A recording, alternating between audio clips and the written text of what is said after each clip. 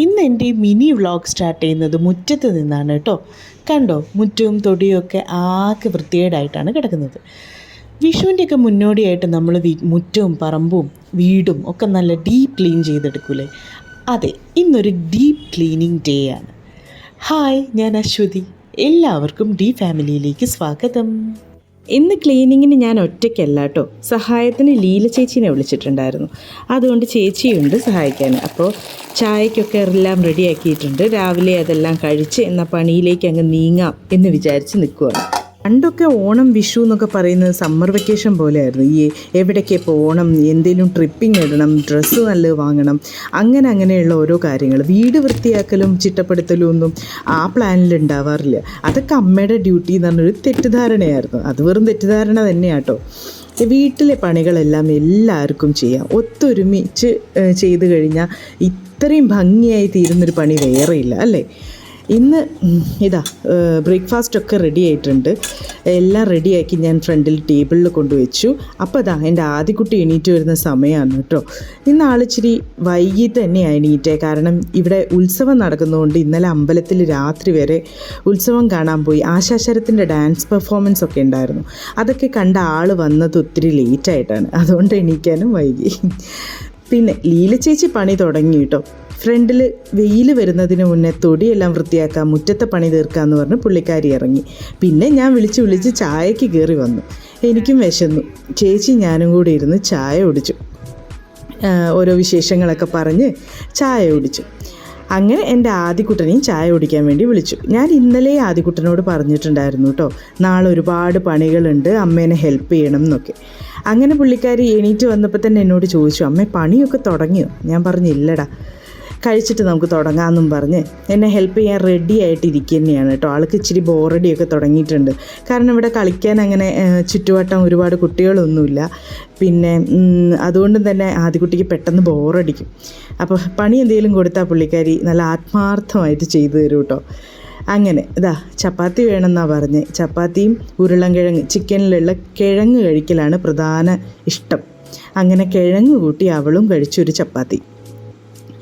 പിന്നെ പെൺകുഞ്ഞായതുകൊണ്ടാണ് വാവേനെ കൊണ്ട് പണിയെല്ലാം എടുപ്പിക്കുന്നത് എന്നൊന്നുമില്ല കേട്ടോ. എനിക്ക് ആണും പെണ്ണുമായിട്ട് ഈ ഒരു ഐറ്റേ ഉള്ളൂ.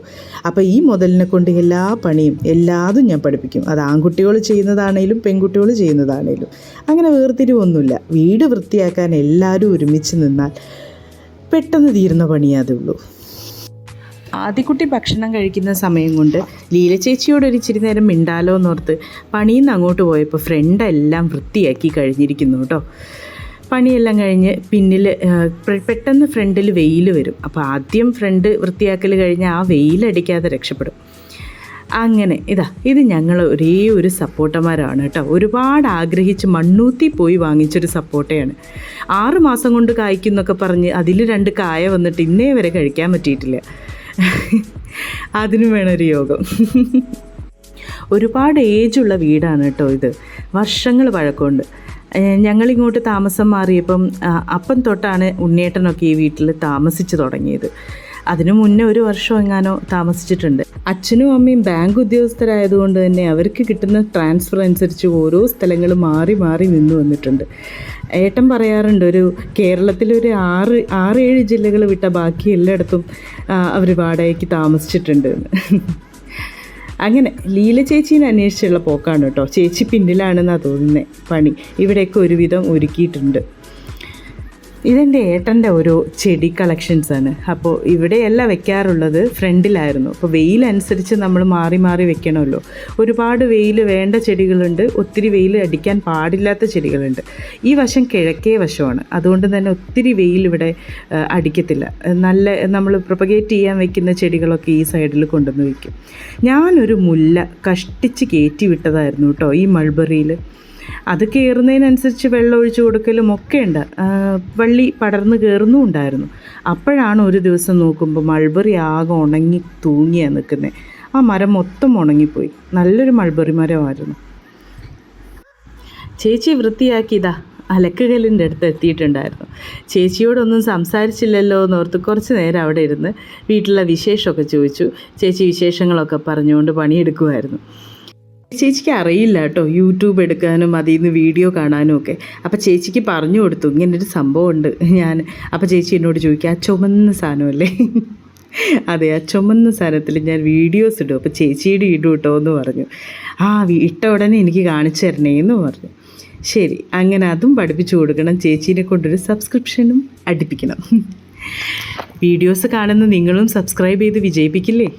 അങ്ങനെ ആദ്യക്കൂട്ടം ഭക്ഷണമൊക്കെ കഴിച്ച് ഞാൻ ഇനി എന്ത് ഹെൽപ്പാ ചെയ്യേണ്ടതെന്ന് ചോദിച്ചു വന്നപ്പോൾ പറഞ്ഞു, നിൻ്റെ തമ്പായി റൂം ക്ലീൻ ചെയ്യണം, നമുക്ക് കണി വെക്കാനുള്ളതല്ലേ. ആദ്യക്കുട്ടി പൂജാ റൂമിന് തമ്പായി റൂം എന്നാ പറയുക കേട്ടോ. അങ്ങനെ അതിലെ ചെറിയ വിളക്കുകളും ചെറിയ കിണ്ടി അങ്ങനെയുള്ള കുഞ്ഞു കുഞ്ഞു സാധനങ്ങളൊക്കെ ഒരു ചരുവത്തിലിട്ടിട്ട് തരാൻ പറഞ്ഞു. അമ്മ ക്ലീൻ ചെയ്ത് തരാം, മോനെ എടുത്തുകൊണ്ട് താന്ന് പറഞ്ഞു. അപ്പോൾ ആൾ വേഗം പോയി ഒരു വലിയ ചെരുവ് എടുത്തിട്ട് അതിൻ്റെ പണി തുടങ്ങി. പിന്നെ ഈ ബ്ലാക്ക് ആൻഡ് വൈറ്റ് ഗുരുവായൂരപ്പൻ്റെ ഫോട്ടോയ്ക്കൊരു കഥ പറയാനുണ്ട് കേട്ടോ. ഞാൻ കുറേ വർഷങ്ങളായിട്ടുള്ളൊരു ആഗ്രഹമായിരുന്നു ഈ ബ്ലാക്ക് ആൻഡ് വൈറ്റിലുള്ള ഗുരുവായൂരപ്പൻ്റെ വലിയ ഫോട്ടോ. ഗുരുവായൂർ പോകുമ്പോഴൊക്കെ അന്വേഷിക്കും, എല്ലാത്തിലും പിക്ചർ കളറിലായിരിക്കും, ഇല്ലെങ്കിൽ എക്സ്ട്രാ എന്തെങ്കിലുമൊക്കെ കാണും. ഇങ്ങനെ പക്ക ബ്ലാക്ക് ആൻഡ് വൈറ്റ് എനിക്ക് കിട്ടാറില്ല. അങ്ങനെ ഒരു തവണ ഗുരുവായൂർ ചെന്നപ്പോൾ കണ്ടൊരു കാഴ്ച, ഒരു ചേട്ടൻ അവിടെ താഴെ പടിഞ്ഞാറ നടയ്ക്ക് താഴെ ഇരുന്നു കൊണ്ട് ഒരു വിരിച്ച് ഒരുപാട് ഫോട്ടോസ് നിരത്തി വെച്ചാൽ ഏറ്റവും കൂടുതൽ ഉള്ളത് ഇതുപോലത്തെ ബ്ലാക്ക് ആൻഡ് വൈറ്റ് ഫോട്ടോയായിരുന്നു. അത് സമയം ഒരുപാട് വൈകിയിരുന്നു, അതുകൊണ്ട് കടകളൊക്കെ അടച്ചിരുന്നു. പക്ഷെ ആ ചേട്ടൻ്റെ കയ്യിൽ ആ പായൽ നിരത്തി ഏറ്റവും കൂടുതൽ ഇതുപോലത്തെ ബ്ലാക്ക് ആൻഡ് വൈറ്റ് ഫോട്ടോസായിരുന്നു. കയ്യോടെ ഞാൻ ഒരെണ്ണം വാങ്ങിച്ചു. അങ്ങനെ എൻ്റെ കൂടെ ഇതിപ്പോൾ ഒരു 5 വർഷമായിട്ട് എൻ്റെ കൂടെ ഈ ഗുരുവായൂരപ്പൻ്റെ ഫോട്ടോ ഉണ്ട് കേട്ടോ. ഈ ചെറിയ ബ്രാസിൻ്റെ വിളക്കുകൾ കിണ്ടികളൊക്കെ ഇതുപോലെ നമ്മുടെ പുളി പിഴിഞ്ഞെടുത്തിട്ട് അതിൽ കുറച്ച് നേരം മുക്കി വെച്ചാൽ പെട്ടെന്ന് നിറം വരും കേട്ടോ. കാരണം ഈ ചെറുതായതുകൊണ്ട് അത് നമ്മൾ സ്ക്രബ്ബർ വെച്ച് വരുത്തുമ്പോൾ കൈ ശരിക്ക് നല്ല വേദനയൊക്കെ തോന്നും.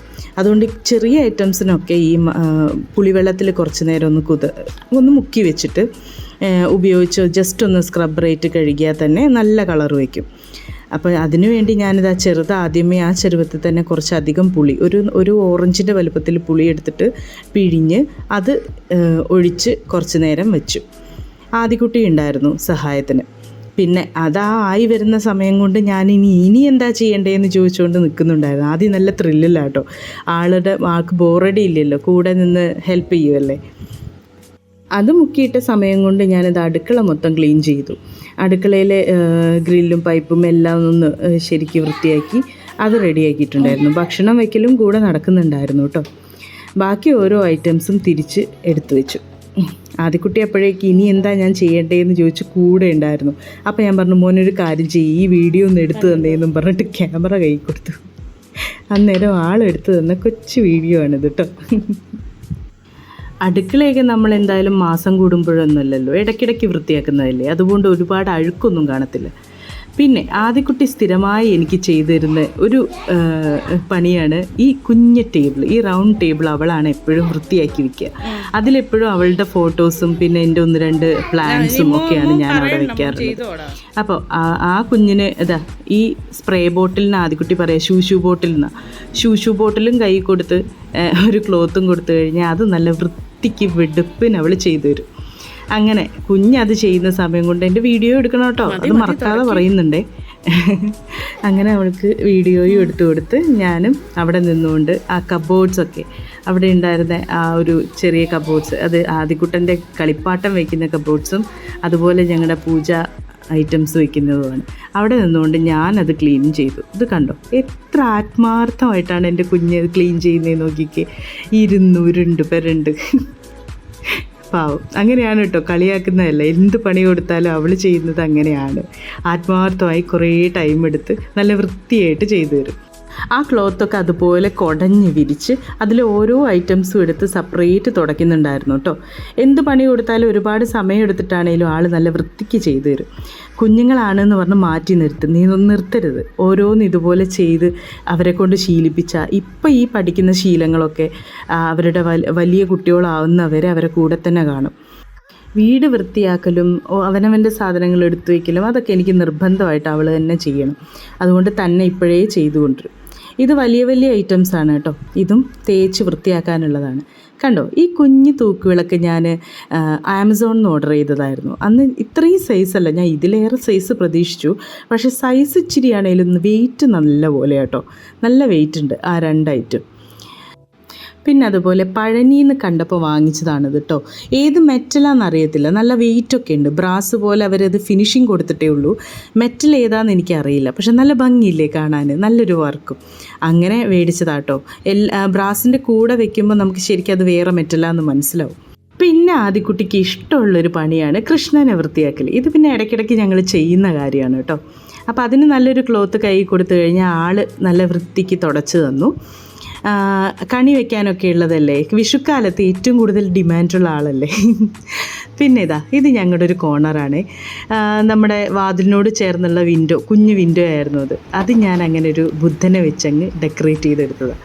അങ്ങനെ പൂജാമുറി ഒരു വിധം എല്ലാം ഞങ്ങൾ വൃത്തിയാക്കി കഴുകിയെടുത്ത് മാറ്റിവെച്ചു. ഇനിയിപ്പോൾ വിഷുക്കണി ഒരുക്കുമ്പോൾ ഇതെല്ലാം ഒരുക്കി വെച്ചാൽ മതി. അതിനു വേണ്ടി ജസ്റ്റ് ഞാൻ അതിലേക്ക് പെറുക്കി വെച്ചതേ ഉള്ളൂ.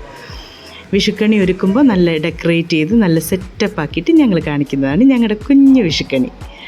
അങ്ങനെ പണിയൊക്കെ ഒരുവിധം ഒതുങ്ങി തുടങ്ങി. ലീല ചേച്ചി മുകളിൽ പോയിട്ട് ഏട്ടൻ്റെ ഓഫീസ് റൂമൊക്കെ നന്നായിട്ട് വൃത്തിയാക്കിയിട്ട് വന്നു. അപ്പോഴത്തേക്ക് ഭക്ഷണമൊക്കെ റെഡി ആയിട്ടുണ്ടായിരുന്നു. എല്ലാവർക്കും നല്ല വിശപ്പായിട്ടുണ്ടായിരുന്നു. അങ്ങനെ ചോറിനൊന്നും കാര്യമായിട്ട് സ്പെഷ്യലൊന്നുമില്ല, ഓംലെറ്റ് മാത്രമേ ഉണ്ടായിരുന്നുള്ളൂ. പിന്നെ ചിക്കൻ കറിയൊക്കെ ഇന്നലത്തത് അതുപോലെ ഉണ്ടായിരുന്നു. അതൊക്കെ കൂട്ടി ചോറൊക്കെ കൊണ്ടപ്പോഴേക്കും നല്ല മഴക്കാറ് വന്നു തുടങ്ങി. പിന്നെ സന്ധ്യ ആകുമ്പോഴേക്കും മഴയാവുന്നോർത്ത് ചേച്ചിയെ വേഗം യാത്രയാക്കി ചേച്ചി വീട്ടിലേക്ക് പോയി. അങ്ങനെ പിന്നെ വൈകിട്ടുള്ള ആ മഴ അത് ഒത്തിരിയൊന്നും പെയ്തില്ല, എന്നാലും ആ ചൂടിന് ഇച്ചിരി ശമനം തോന്നി കേട്ടോ. കഴിഞ്ഞ വർഷമൊക്കെ ഇടയ്ക്കിടയ്ക്ക് മഴ കിട്ടിയിരുന്നതാണ്. ഇത്തവണ മഴ വളരെ കുറവായിട്ടാണ് തോന്നിയത്, വേനൽ മഴ കേട്ടോ. എന്നെ പിന്നെ വർക്കിനുള്ള സമയമായി. വർക്കിന് കയറിയ ടൈമിൽ ആദിക്കുട്ടിക്ക് ഭയങ്കരമായിട്ട് പിസ്സ തിന്നാനുള്ള ആഗ്രഹം. അങ്ങനെ ഒരു പിസ്സയും വാങ്ങിച്ച് ഞങ്ങൾ 3 പേരൂടെ ഒരുമിച്ച് മുകളിലിരുന്ന് കഴിച്ചു. എൻ്റെ കൊച്ചു വ്ളോഗ് നിങ്ങൾക്ക് ഇഷ്ടപ്പെട്ടാൽ ലൈക്ക് ചെയ്യണം, ഷെയർ ചെയ്യണം, സബ്സ്ക്രൈബ് ചെയ്യണം. Anyway bye bye.